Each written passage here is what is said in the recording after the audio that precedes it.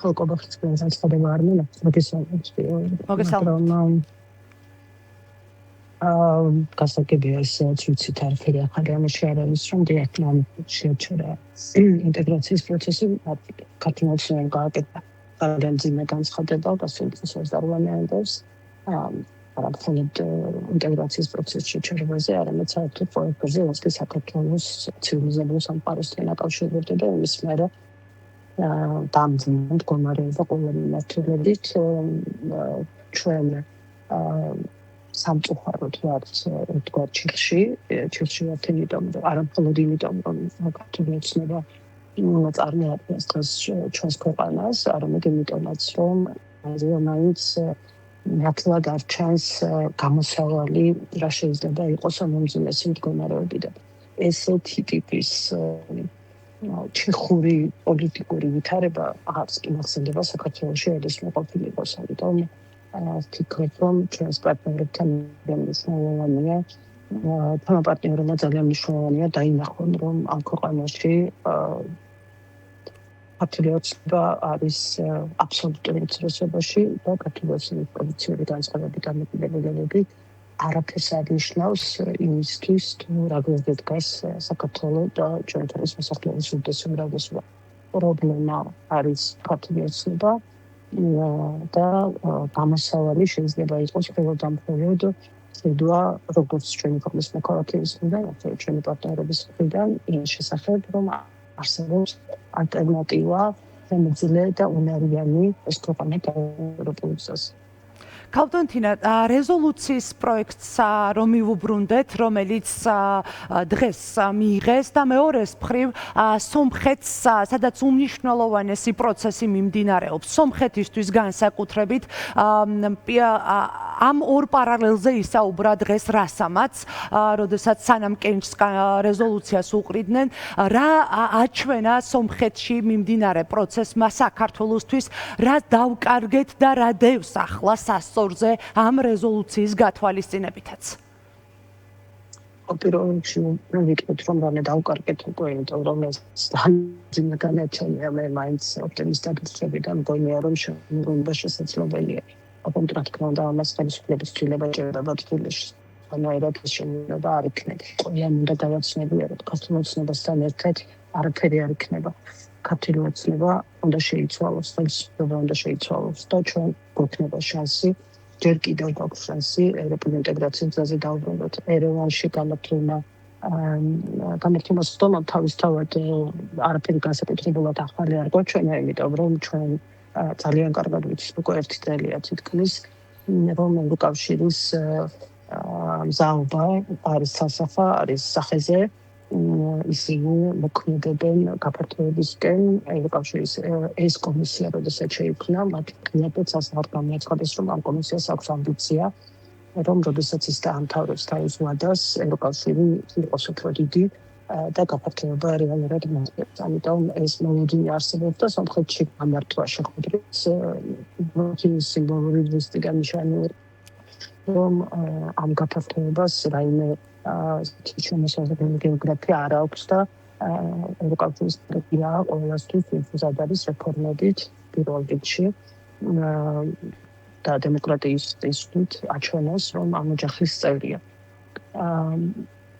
კიდევ ჩვენ ჯერჯერობით იმედია რომ არაფერი არ დაგვიკარგავს, სამწუხაროდ ძალიან დიდ დროს ვკარგავთ ეხლა უნიკალურ გეოპოლიტიკურ ვითარებაში როდესაც მე გულწრფელად ვიჯერა რომ საქართველოს რომ დარჩენილიყო განუხრევად დარჩენილიყო შესაბამისი სწრაფი რეფორმები განეხორციელებინა დემოკრატიის გზაზე საქართველოს შესაძლოა გამხდარიყო მაგალითი საჩვენებელი ევროკავშირისთვის რომ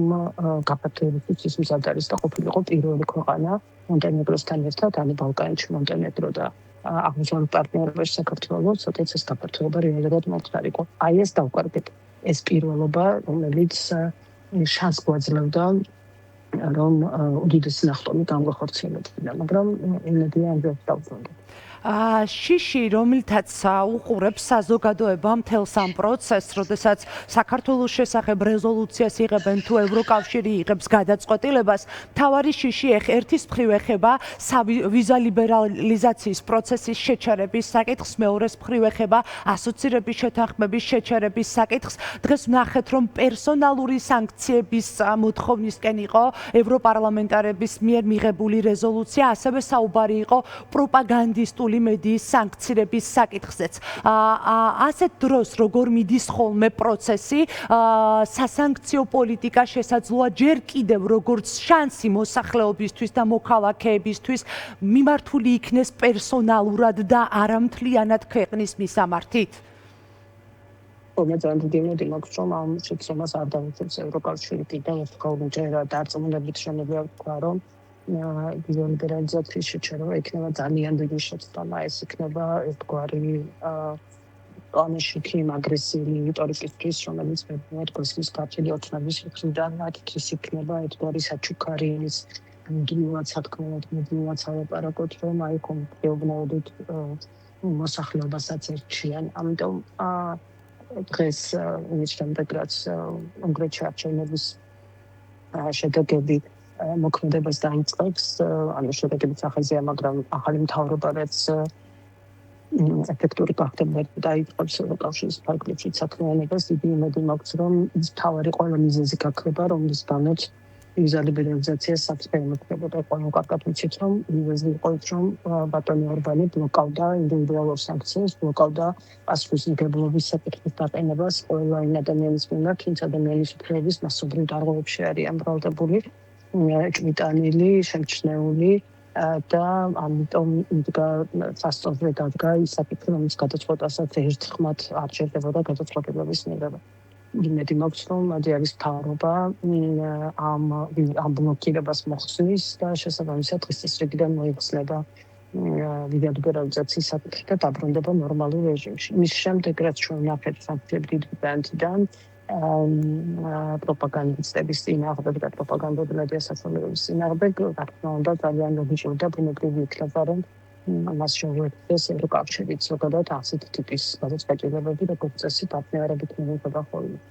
ისევ როგორც რაღაცის ინიციატორი შეიძლება გახდეს ევროკავშირი და შემდეგ მას ახლოს დიდი ბრიტანეთი.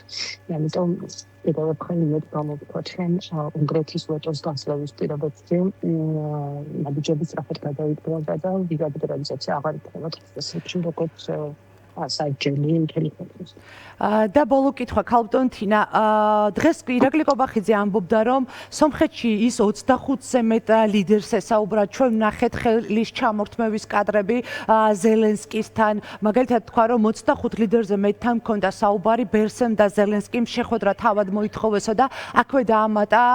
კითხვაზე, თავად ვისთან მოითხოვა შეხვედრა, პასუხი არ ჰქონია, თუმცა თქვა, რომ ზელენსკიზე მას თავად აუგი არასდროს არ უთქვა მთელი ამ ხნის განმავლობაში. ეს შეხვედრების სიმწირე, რომელიც ჩვენ კადრებით ვნახეთ და ბევრსაც არაფერს გვეუბნება მთავრობის ადმინისტრაცია, მიუთითებს რაზე? მის მიერ ჯარდებულმა ღარიბაშვილმა გახსოვთ ალბათ ისეთ ხელცნობილი ამბავი დაინიშნა, რომ იყო და ხელი ჩამოართვა სერიები რო შემოგთავაზოს, უფრო მეტს ჩამოართვა იქ მაშინ ხელი, ვიდრე მან ერევანში, ამიტომ ამაშიც ვერ გავისწრებს. ხო, თავარი ამცანა ორია აქ, პირველი ის, რომ ვისთან მოითხოვეს რაც შეხვედრა, ამით კარგად გამოჩნდება საქართველოსთვის არის საქართველოს ოფიციალური თბილისი, ისთვის არის მზად და რა ყოველთა ტიპის საუბრებისთვის არის მზად. მანამ სანამ ეს ინფორმაცია საერთოდ რჩება, შეუძლებელია ამაზე სერიოზულად ვილაპარაკოთ და შეუძლებელია ეს იყოს საიდუმლო ევროკავშირის გინასამიტი. ხო, თითქოს შეიცვალა რიტორიკა ზელენსკისთან, თუმცა არ შეცვლილა რიტორიკა დასავლელ პარტნიორებთან, ამიტომაც გეკითხებით. ეს ერთდღიანი ნახევარდღიანი ცვლილება არაფერს არ გვაძლევს, ახლა ვილაპარაკე იმაზე, რომ არაფერი არ მithქვავს მასზე,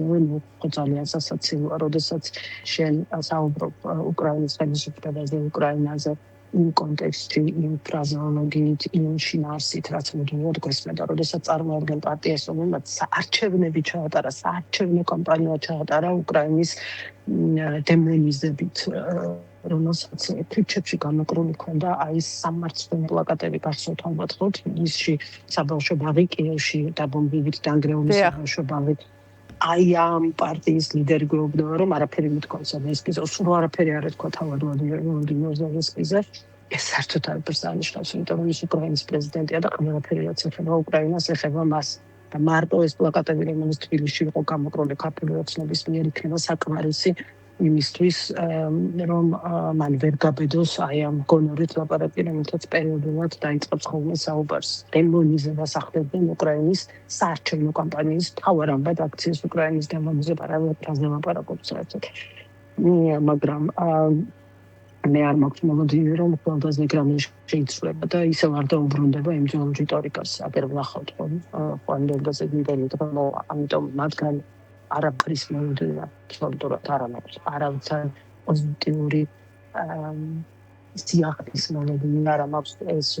გამორიცხული უკვე შეუძლებელია თავარი საფრთხემელი მათზე არ არის თავარი საფრთხემელი არის იმაზე რამდენად სწრაფად მოახერხებს ქართული ხალხი და ქართული საზოგადოება ამ ბედნიერებასთან განკლავებას რომელიც ყველაზე ფერხტებს ქართული ოცნება მადლობა თინა ხიდაშელს სტუმრობისთვის ვემშვიდობებით მას ჩვენ ახლა რეკლამაზე უნდა გავიდეთ რეკლამის